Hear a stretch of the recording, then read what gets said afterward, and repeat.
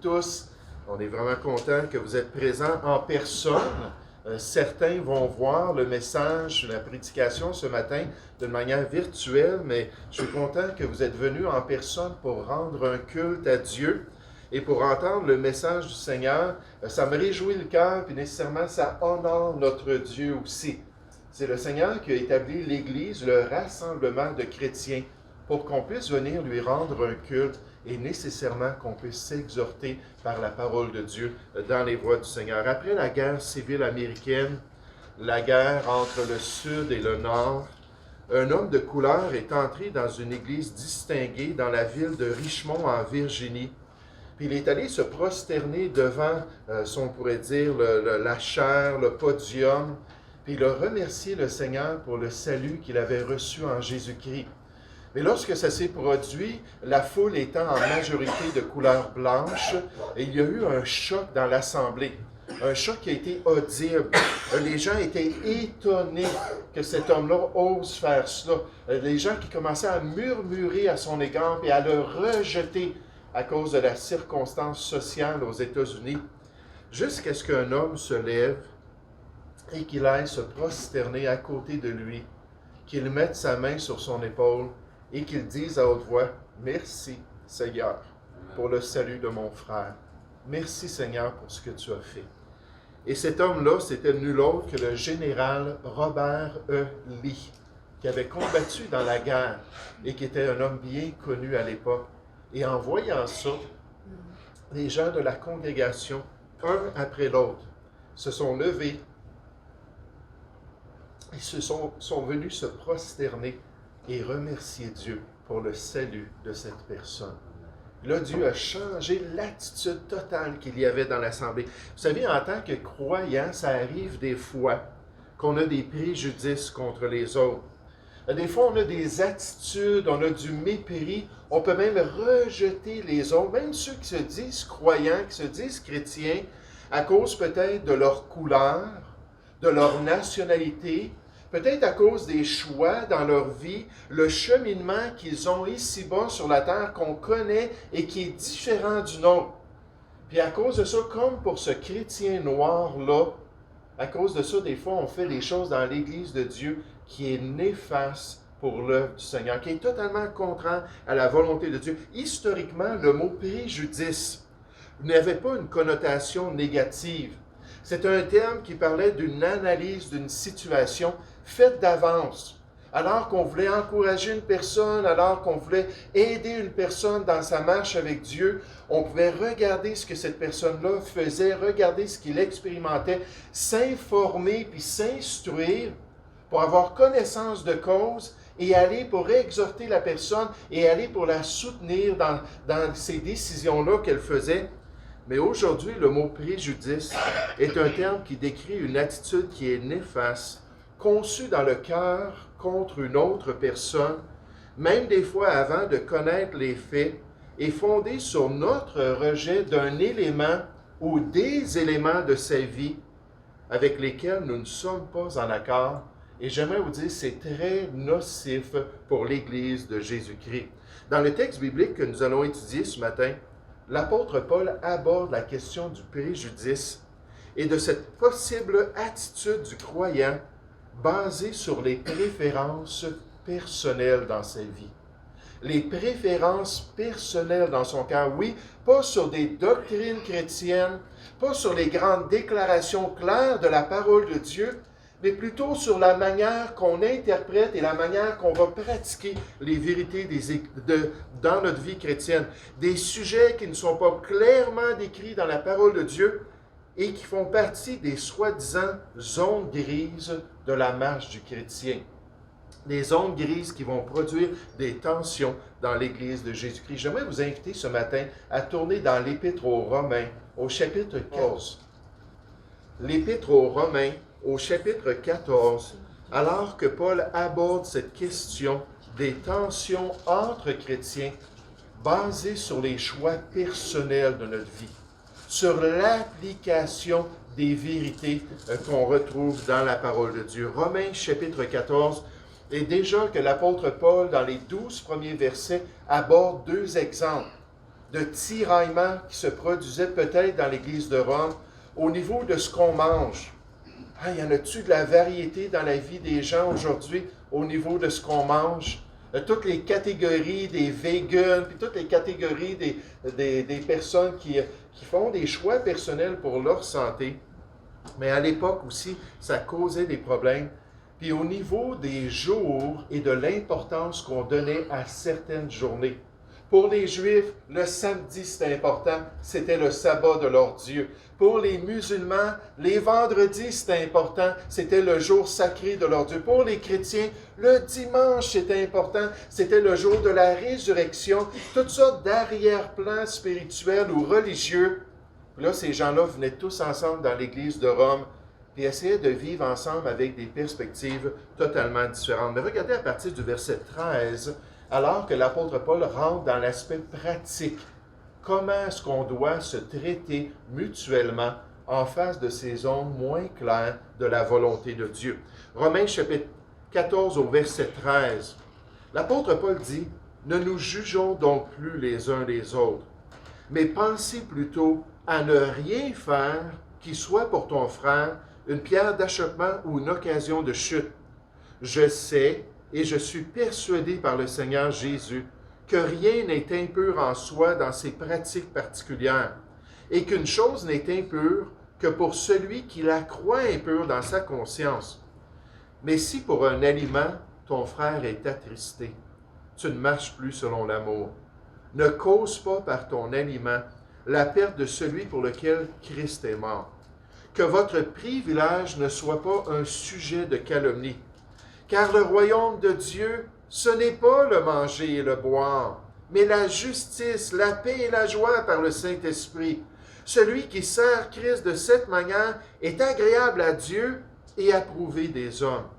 Ainsi donc, recherchons ce qui contribue à la paix et à l'édification mutuelle. Pour un aliment, ne détruis pas l'œuvre de Dieu.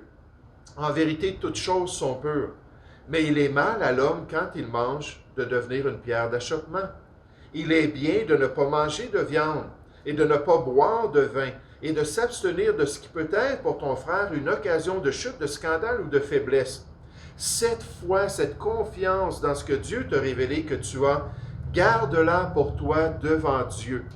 Heureux celui qui ne se condamne pas lui-même dans ce qu'il approuve.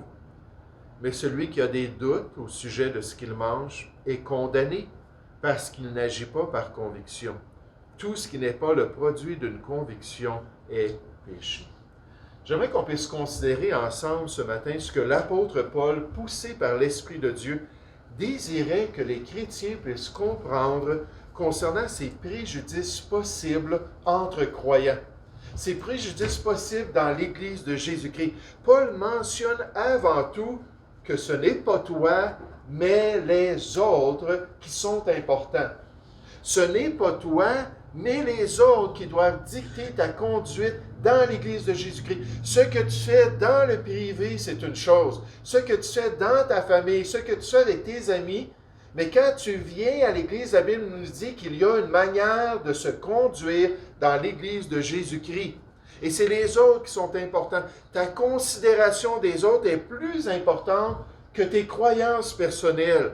Ton respect nécessaire pour autrui doit gérer tes choix dans la communion entre frères. Le commentateur William Barclay a dit « Le christianisme n'est pas une religion. » Quand on partage l'Évangile, quand on explique l'œuvre du Seigneur Jésus et comment une personne peut naître de nouveau, comment une personne peut expérimenter une nouvelle vie. Moi, jusqu'à l'âge de 21 ans, j'ai été élevé comme un athée. Je n'étais jamais allé à l'église. Je ne croyais pas dans les choses invisibles, dans Dieu ou quoi que ce soit. Puis quelqu'un à l'âge de 21 ans a ouvert la Bible, m'a expliqué le salut et mon cœur a totalement été changé. J'ai demandé à Jésus de venir prendre mes péchés, puis de me donner la vie éternelle, puis j'ai été totalement transformé à cause de cette œuvre-là. C'est une relation avec Dieu. C'est une relation avec Jésus-Christ à laquelle Dieu nous appelle. Et dit, le christianisme n'est pas une religion ou une philosophie, mais le christianisme est une relation et un style de vie. Remarquez comment il va décrire ce style de vie-là. Le cœur de ce style de vie est de penser aux autres comme Jésus l'a fait, plutôt qu'à nous-mêmes. Pouvez-vous lire ça avec moi, juste cette partie-là, à partir de le cœur, juste pour que ça rentre dans notre esprit. C'est tellement une belle description de notre conduite chrétienne.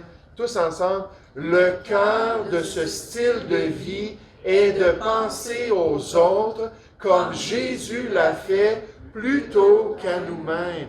Et c'est exactement ce que l'apôtre Paul dit ici concernant les différences entre chrétiens, les pratiques particulières qu'on va adopter dans notre vie, les choses qu'on décide de manger, les choses qu'on décide de ne pas manger, les personnes qu'on décide de côtoyer, les personnes qu'on décide de ne pas côtoyer. Notre perspective du COVID-19, ça va varier entre les chrétiens et la perspective qu'un autre va avoir du COVID-19. Dans ces distinctions-là, remarquez ce qu'on doit faire au verset 13. On nous dit, ne nous jugeons donc plus les uns les autres, mais pensez plutôt à ne rien faire. Remarquez cela. Pensez plutôt à ne rien faire, qui soit pour votre frère une pierre d'achoppement ou une occasion de chute. Donc, ce n'est pas égocentrique, c'est altruiste. On doit penser aux autres. On doit penser à comment notre conduite, comment nos paroles, comment nos croyances peuvent affecter les autres. Et on doit agir avec prudence envers les autres. Au verset 20 du texte, on continue. On nous dit, pour un aliment, ne détruis pas l'œuvre de Dieu. Et vous savez, dans la Nouvelle Alliance, l'œuvre de Dieu, c'est l'Église. L'œuvre de Dieu, ce sont les chrétiens. Pour un aliment, ne détruis pas l'œuvre de Dieu. Ne détruis pas les enfants de Dieu. Il dit, en vérité, toutes choses sont pures. Mais il est mal à l'homme, quand il mange, de devenir une pierre d'achoppement. Encore une fois, ce que tu manges à la maison, c'est pas la même chose que ce que tu manges avec les chrétiens. Puis en passant, comme c'est triste, n'est-ce pas? On pensait là, aux différentes fêtes qui s'en viennent, puis on avait toujours un beau festin ici à l'Assemblée. Vraiment des personnes douées pour la cuisine, la popote. Puis comme on pouvait venir ensemble, puis manger ensemble, puis avoir de la bonne communion, malheureusement, ce ne sera pas le cas, au moins pour le restant de cette année. Même à Noël, on aura une belle réunion ensemble, mais je l'espère toutefois, mais pas avec cette nourriture-là. Mais là, on parle là, d'être avec d'autres croyants. Il est bien de ne pas manger de viande et de ne pas boire de vin et de s'abstenir de ce qui peut être pour ton frère une occasion de chute, de scandale ou de faiblesse. J'aime tellement ça, comment la parole de Dieu décrit cette considération pour autrui à travers le Nouveau Testament. Toujours penser aux autres. Toujours voir comment les autres sont précieux aux yeux de Dieu. Cet agapé-là qui est un esprit de considération pour les autres. On nous dit dans Romains 13 au verset 10 que l'amour qui vient de Dieu ne fait point de tort aux autres. Donc si je pratique cet amour-là, je vais toujours être concentré sur les autres. Dans Philippiens, on le dit dans le chapitre 2 au verset 4 que chacun de vous, c'est une responsabilité pour tous les chrétiens. Au lieu de considérer ses propres intérêts, considère aussi ceux des autres. Donc, encore une fois, avoir la bonne perspective envers ces différences-là dans nos pratiques chrétiennes. Voir comment c'est important d'être prudent, comment c'est important de bien gérer nos décisions.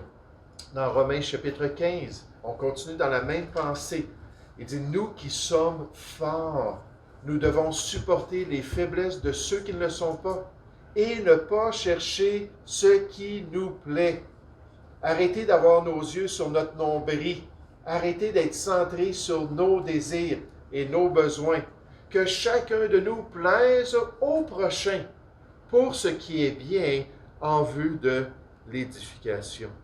Envers nos différends, considérons les autres avant nous-mêmes. Pensons aux besoins d'autrui avant de penser aux inconvénients que les autres apportent à notre vie. Soyons prêts à aimer sincèrement plutôt que de rejeter ceux qui ont tant besoin d'amour. Et qui a tant besoin d'amour? J'aimerais vous dire tous. Tout le monde, on a tellement besoin d'être aimé. On a besoin d'aimer nécessairement, puis on a besoin d'être aimé. Je me souviens d'une histoire que j'ai lue au début de ma vie chrétienne.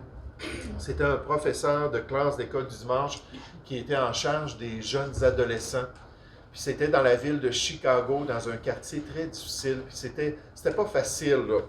Puis il y avait un adolescent en particulier qui était très tumultueux. Pendant les classes, il arrivait, puis il venait d'un quartier, puis d'une famille là, très particulière. Puis il arrivait dans les classes, là, puis il faisait du bruit, puis il allait remettre en question les croyances. « Ah, ben là, comment est-ce qu'on le sait, là, ce que tu es en train de nous enseigner, que c'est vraiment vrai? » Puis il ne tenait jamais en place dans ces activités-là. Mais il avait tout un professeur. Son professeur, c'était nul autre que D.L. Moody, celui qu'on appelait Crazy Moody, qui allait partout dans les quartiers les plus durs de Chicago pour dire « Hey, venez, venez, j'étais comme vous, j'étais un gars de rue, puis Dieu a tout changé dans ma vie, puis Jésus-Christ peut combler votre vie. » Puis là, il amenait tous ces jeunes-là, puis c'était lui qui était en charge. Personne ne voulait s'occuper de ces garçons-là à part lui. Mais c'était quelqu'un qui avait été influencé par l'amour de Dieu, manifesté en Jésus-Christ. Oh, comme il s'est investi dans ce jeune-là, comme il a été patient à son égard, comme il l'a aimé de tout son cœur, jusqu'au jour où Dieu a étendu sa main, puis a changé ce jeune homme-là. Il est venu, puis il a transformé cet individu. Ce changement radical de sa conversion l'a amené à devenir un disciple du Seigneur Jésus. Plus tard dans sa vie, l'a amené à devenir un serviteur à temps plein dans l'œuvre de Dieu. Pourquoi? Parce que quelqu'un a dit, tout le monde a besoin de patience. Tout le monde a besoin qu'on soit là et qu'on travaille dans notre relation qui est tellement imparfaite. Mais quant aux différends avec les autres croyants, l'apôtre Paul continue dans ses instructions dans notre texte. Ce n'est pas ta conscience, c'est la sienne qui est importante. Ce n'est pas ta conscience, c'est ce que l'autre croit et ce que l'autre comprend de la parole de Dieu, sa perspective, sa foi, son application. Puis puisque tu veux marcher avec le Seigneur, et puisque tu veux accomplir sa volonté de Dieu, cet amour-là devrait te porter à l'accepter comme il est, puis nécessairement à l'encourager. Encore une fois, on ne parle pas de grands sujets, là, puis de grandes doctrines dans lesquelles on devrait développer de plus en plus de l'unité. Plus qu'on est mature, plus qu'on devrait voir les choses de la même manière. Là, on parle de pratiques particulières qui ne sont pas claires dans la parole de Dieu, mais quand même qui peuvent être découlées des principes bibliques. Regardez encore au verset 13. On nous dit, ne nous jugeons donc plus les uns les autres, mais pensez plutôt à ne rien faire qui soit pour votre frère une pierre d'achoppement, une occasion de chute qui va le faire trébucher dans sa marche avec le Seigneur, qui va l'amener à faire ce qui est mal aux yeux de Dieu. Vous vous souvenez de ce missionnaire, je vous avais raconté cette histoire-là. Il était allé en France pour apprendre la langue française, pour ensuite s'en aller en Afrique, dans une colonie française. Et pendant qu'il était là-bas, à chaque fois qu'il prenait le repas du Seigneur, il s'abstenait de prendre le repas du Seigneur. Là, les gens, avec le temps, après des mois, ont commencé à remarquer, là, les gens ont commencé à se parler, puis on dit, voyons donc, un homme qui est supposé d'être en relation avec Dieu, qui est supposé de servir le Seigneur, qui ne prend pas l'ordonnance qui représente le fait qu'on s'est analysé nous-mêmes, puis on s'est éprouvé nous-mêmes, puis on a une bonne relation avec Christ, puis il n'ose même pas suivre les instructions du Seigneur. Et finalement, un des hommes est allé voir le pasteur, puis il dit, pasteur, ça commence à troubler l'assemblée. Et finalement, ils sont allés le voir, le pasteur avec un des associés, puis il a demandé, il dit, frère, on ne comprend pas pourquoi tu ne participes pas à l'ordonnance de Jésus-Christ et à l'ordonnance de l'Église. Et là, il les a regardés, puis il a dit, vous savez, vous prenez le repas du Seigneur avec du vin alcoolisé. Il dit, j'ai jamais vu ça dans ma vie. Il venait des États-Unis, puis nécessairement, ce n'était pas ce qu'il pratiquait dans son assemblée. Il dit, j'ai jamais rien dit, je vous respecte, c'est votre choix. Il dit, Dieu m'a sorti de l'alcoolisme. Il dit, pendant 20 ans, j'étais un alcoolique. Et quand Dieu m'a sauvé, j'ai fait un vœu que jamais plus j'allais boire du vin. Il dit, c'est pour ça que je ne prends pas le repas du Seigneur. Il dit, c'est pour ça que ça m'attriste de ne pas participer. Pourquoi? Parce que ça serait le début d'une chute pour moi. Et je n'ose pas faire ça. C'est ce qu'on nous dit, hein? Mais pensez plutôt à ne rien faire qui soit pour votre frère une pierre d'achoppement ou une occasion de chute. Paul dit, je sais, je suis persuadé par le Seigneur Jésus que rien n'est impur en soi et qu'une chose n'est impure que pour celui qui la croit impure dans ces domaines-là de pratique personnelle. Donc, quand la personne dans sa conscience, elle est sensible à cela, elle est troublée par une telle et telle pratique, la Bible nous dit c'est sa conscience, c'est sa marche avec Dieu, c'est le danger qu'il trébuche spirituellement qu'on doit considérer. Nous, on peut pratiquer ces choses-là, mais il faut faire attention à la conscience des gens. On nous dit, mais si pour un aliment, ton frère est attristé, tu ne marches plus selon l'amour. Ne cause pas par ton aliment. Si tu manges la viande, par exemple, à l'époque, c'était des viandes souvent qui étaient offertes dans les temples d'idoles. Tu manges la viande, mais ne cause pas par ton aliment la perte de celui pour lequel Christ est mort.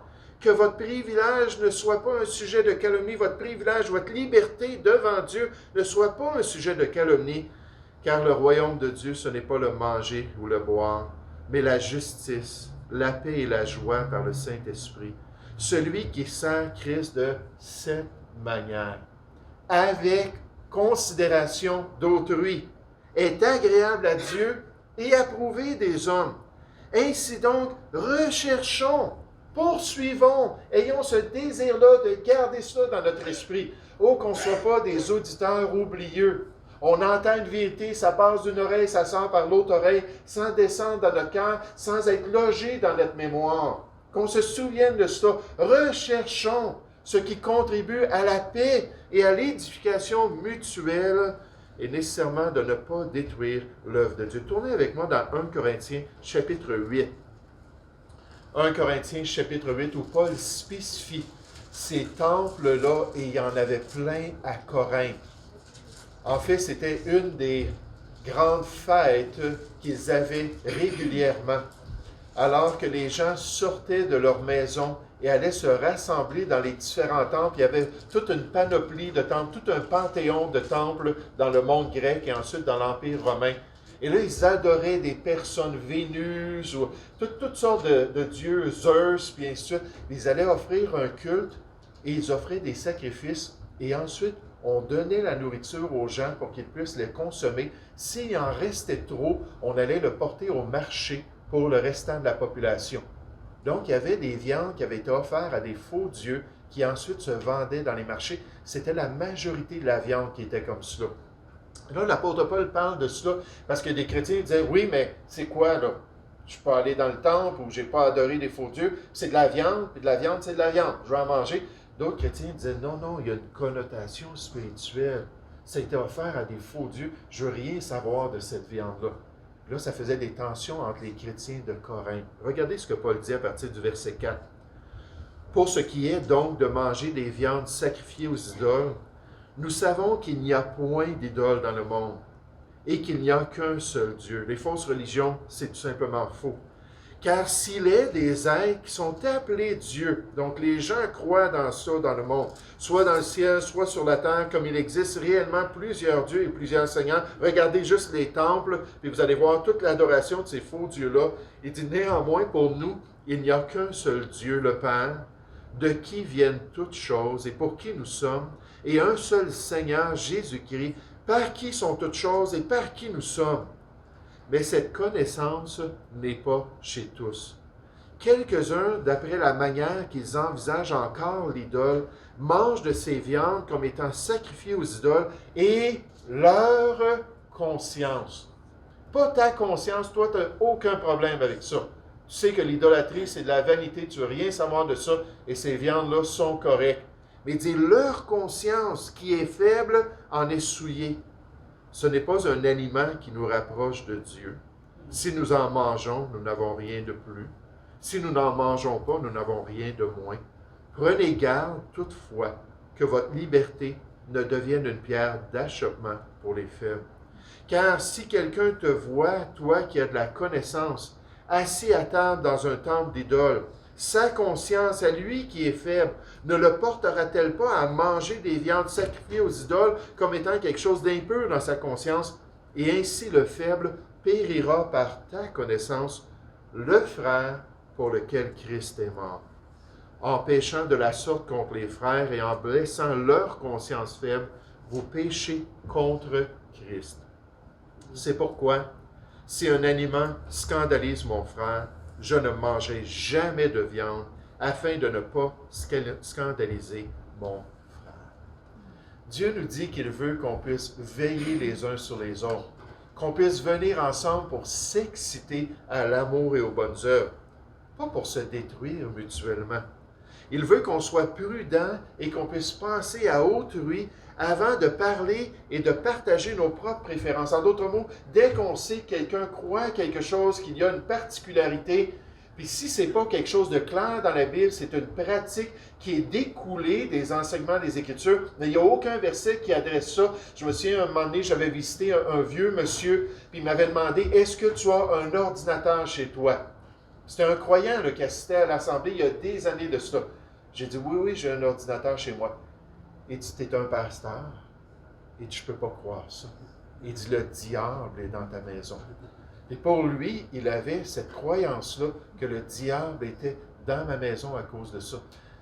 Maintenant, il y a déjà eu un temps dans ma vie avec mon épouse où le fait d'avoir une télévision puis avoir le câble et ainsi de suite, pour nous, on considérait ça comme une influence démoniaque et mondaine et on ne voulait rien savoir de ça. Pendant les 10 premières années de notre vie de couple, si je ne me trompe pas, on ne voulait rien savoir de cela. Mais j'avais une conviction ou j'avais une croyance aussi, j'avais une préférence envers ces choses-là.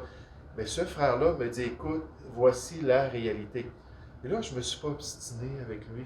Je n'ai pas commencé à dire, voyons, c'est neutre, ça dépend qu'est-ce qu'on fait avec la télévision, ça dépend qu'est-ce qu'on fait avec l'ordinateur. Mais voyez-vous comment est-ce que Dieu nous dit d'être sensible envers la conscience d'autrui. Puis le désir de gagner un argument ne devrait jamais être prioritaire si ça détruit les relations. Comme on nous dit dans 1 Corinthiens 10 au verset 31, et dans le chapitre 10, on parle encore de ces viandes-là sacrifiées aux idoles. On nous dit, soit donc que vous mangiez, soit que vous buviez, soit que vous fassiez quelque autre chose, un principe de vie dans tout ce que vous faites. Donc, que ce soit dans vos pratiques claires qui viennent des Écritures ou dans les préférences que vous avez choisies devant Dieu de pratiquer, et Dieu, peu importe, faites tout pour la gloire de Dieu. Même dans ces petits détails-là de ce que je mange et de ce que je bois, on nous dit ne soyez en scandale ni aux Grecs avec leurs particularités, ni aux Juifs avec leurs particularités, et ni à l'Église de Jésus-Christ. Le pasteur Albert Bynes dit, si un homme agit sous l'influence de cet amour saint, l'amour de Dieu, ou de l'amour envers Dieu et par conséquent de l'amour envers l'homme, il recevra l'approbation de Dieu. Il cherchera sa gloire, c'est-à-dire la gloire de Dieu et le bien de ses frères comme étant une priorité. Il fera ce qui est bien et Dieu approuvera ses intentions et ses désirs. Juste une histoire cocasse qui nous avait été racontée au début de notre vie chrétienne. À un moment donné, la famille Paulet quittait le Tchad. Ils ont été chassés du Tchad. Là, on parle des années 70. Il y avait eu un coup d'État, peut-être au début des années 70. Et il y a des dames africaines qui sont venues la voir. Ils avaient servi là-bas pendant quelques années. Puis les dames africaines étaient toutes excitées. Puis ils sont arrivés avec une grosse feuille d'un des arbres locaux. Puis dedans la feuille, il y avait un cadeau pour Mme Paulet avant qu'elle s'en aille.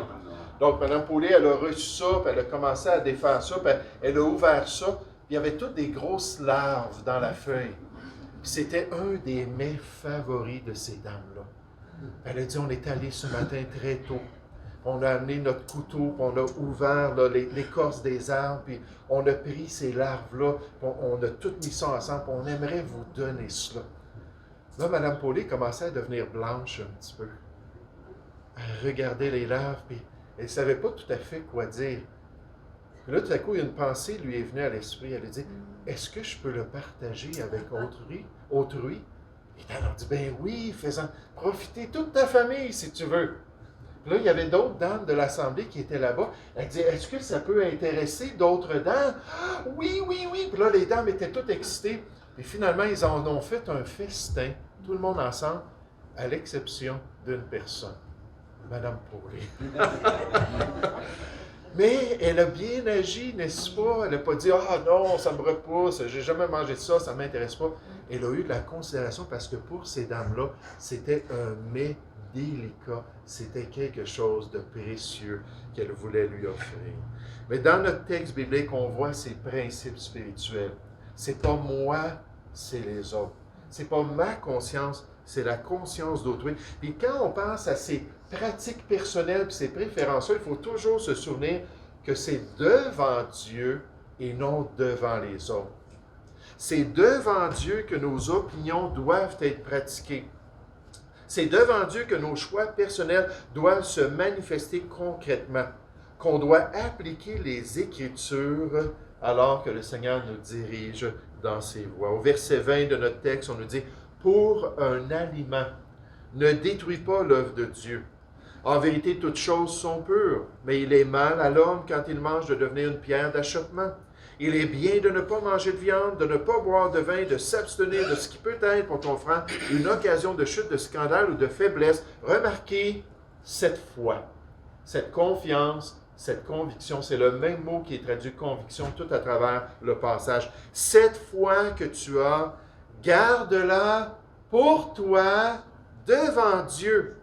Heureux celui qui ne se condamne pas lui-même dans ce qu'il approuve, mais celui qui a des doutes, si ce n'est pas une foi, une conviction, si tu n'as pas réfléchi aux principes bibliques, si tu n'as pas cherché la face de Dieu, si tu n'as pas demandé au Seigneur, que veux-tu que je fasse? Mais celui qui a des doutes au sujet de ce qu'il mange est condamné par la parole de Dieu parce qu'il n'agit pas par conviction. Tout ce qui n'est pas le produit d'une conviction est péché. Vous savez, ce qui est remarquable ici, c'est que l'apôtre Paul s'arrête alors qu'il parle d'autrui, alors qu'il parle de l'importance de ne pas scandaliser les autres, quand on est en public, de faire attention. Il y a quelqu'un qui a dit récemment, oh, c'est de l'hypocrisie. Pas d'après la parole de Dieu, c'est de la sagesse d'après la parole de Dieu. Puis de faire attention à la conscience d'autrui. Si quelqu'un me demande quelque chose, je ne dirais pas non. Si quelqu'un me demande, mais est-ce que tu aimes ça des larves? Je ne dirais pas non si j'aime ça. Si quelqu'un me demande, est-ce que tu as un ordinateur à la maison? Je ne dirais pas non si j'en ai un. Ça serait de l'hypocrisie. Mais je ne commencerai pas à propager mes idées et mes préférences pour écraser les autres. Je vais faire attention à leur conscience, faire attention à leur perspective. Mais ce qui est étonnant ici, c'est que Paul, alors qu'il dit ça, il dit en passant, les préférences, les zones grises de la vie chrétienne, c'est quelque chose qui est important pour votre Dieu.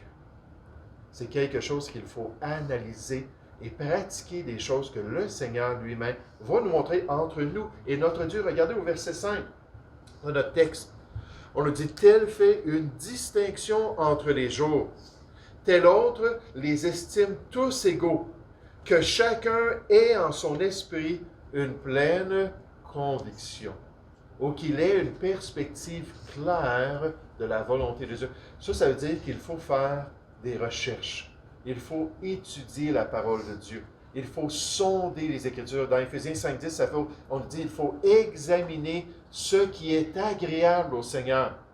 1 Thessaloniciens 5.21 nous dit très clairement, versets 21 et 22, qu'il faut examiner toutes choses, même les pratiques personnelles qu'on a. Quelqu'un qui va dire, ben moi, je n'oserais pas m'habiller de telle et telle manière, parce que la Bible me dit qu'il faut veiller sur mon habillement pour ne pas être une occasion de chute, en particulier les femmes. La Bible dit ça aux femmes dans 1 Timothée chapitre 2 verset 9, que des fois par notre habillement, on peut être séductrice, trop révélateur, et ça peut être une occasion de chute pour son prochain. Mais comment est-ce que tu places les choses? Ça, c'est entre toi et le Seigneur, mais il faut que tu décides à un moment donné. Il faut que tu fasses ce choix-là d'examiner toutes choses, retenir ce qui est bon et s'abstenir de toute espèce de mal. Il faut faire ses devoirs. Il faut bien comprendre l'application que Dieu veut dans notre vie. Il faut être sanctifié dans tous les aspects de notre existence pour plaire au Seigneur. Dans 1 Pierre 1,15, on nous dit, mais puisque celui qui vous a appelé est saint, et Dieu est saint. Dieu est pur, Dieu est lumière en toutes choses. Il est juste, il est saint. On nous dit, vous aussi, soyez saints dans combien de votre conduite? Dans toute votre conduite. Donc, dans tout ce que vous faites, il faut s'assurer d'être saint. Même dans ces zones grises-là de la vie chrétienne.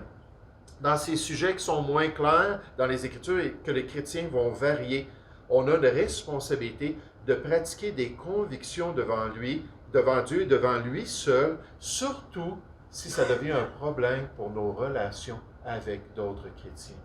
Vous savez, à un moment donné, j'ai demandé à l'Église d'arrêter d'avoir des repas communautaires parce qu'on avait eu comme une phase dans l'Assemblée où il y avait eu comme un peu des accrochages au niveau de ce que les gens mangeaient. Il n'y a rien de nouveau sous le soleil. Hein? À Corinthe, ça s'est vécu à Rome aussi. Là, il y avait comme des gens là, ils allaient accepter que les autres ne mangeaient pas comme eux, mais il fallait qu'ils leur disent, par exemple, qu'ils ne mangeaient pas comme eux. Puis ça faisait tellement de tension. Puis au lieu d'avoir une belle relation puis une belle communion, à un moment donné, j'ai dit, mais moi, je pense qu'on devrait tout simplement prendre une pause. À chaque repas du Seigneur, ou presque, au moins une ou deux fois par mois, une fois par mois ou à chaque 2 mois, on s'arrêtait et on mangeait ensemble. Là, j'ai dit, on va tout arrêter cela. Je trouvais que c'était néfaste. Que oui, tu as des choix que tu fais dans ta vie. Oui, tu recherches ta santé, puis tu veux t'assurer de choisir les meilleurs aliments. Mais là, tu es en train d'utiliser ça comme un cheval de bataille qui vont affecter les relations en tant que chrétien.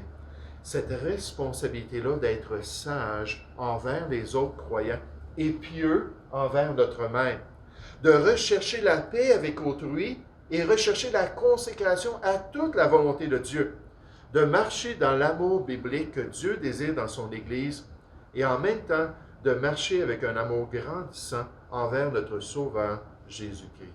Et si on fait cela, on aura l'approbation de Dieu. Regardez au verset 18 en terminant.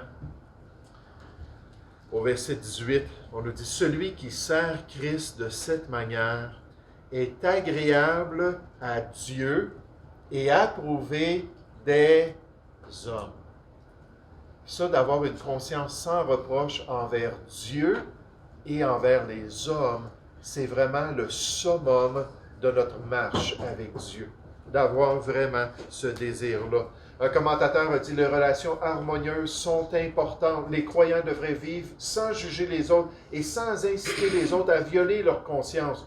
Non seulement les personnes matures ne doivent pas entraver la liberté des faibles, mais les faibles doivent éviter de restreindre ceux qui ont découvert la liberté chrétienne. L'amour et le respect mutuel sont les marques des vrais disciples de Christ. » Et c'est une approche qui plaît à notre Père céleste. Donc, en tant que chrétien, il faut accepter que ce n'est pas toi, mais les autres qui sont importants. Là, je me parle à moi aussi ce matin.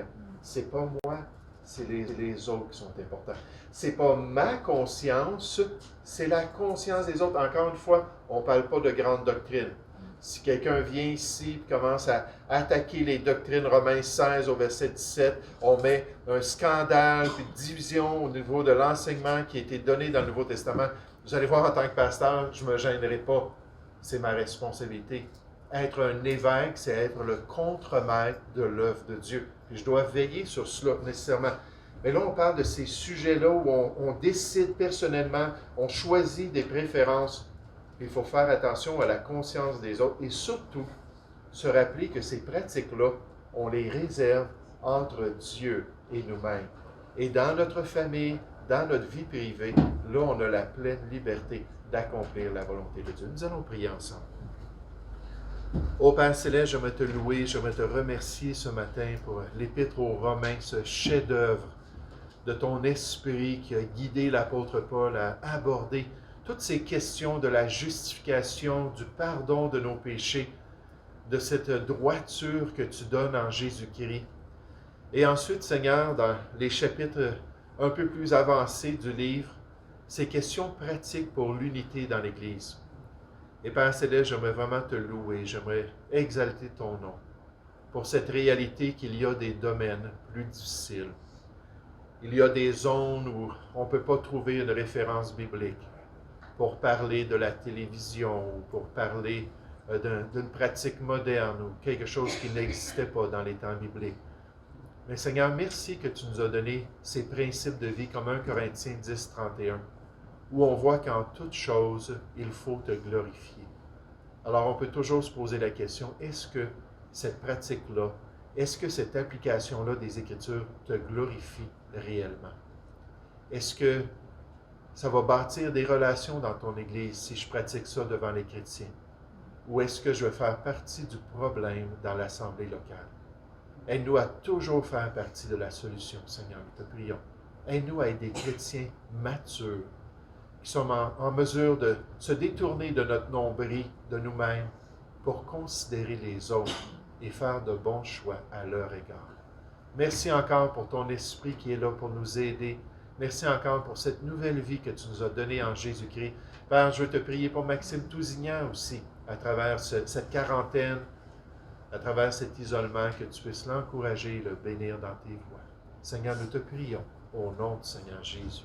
Amen.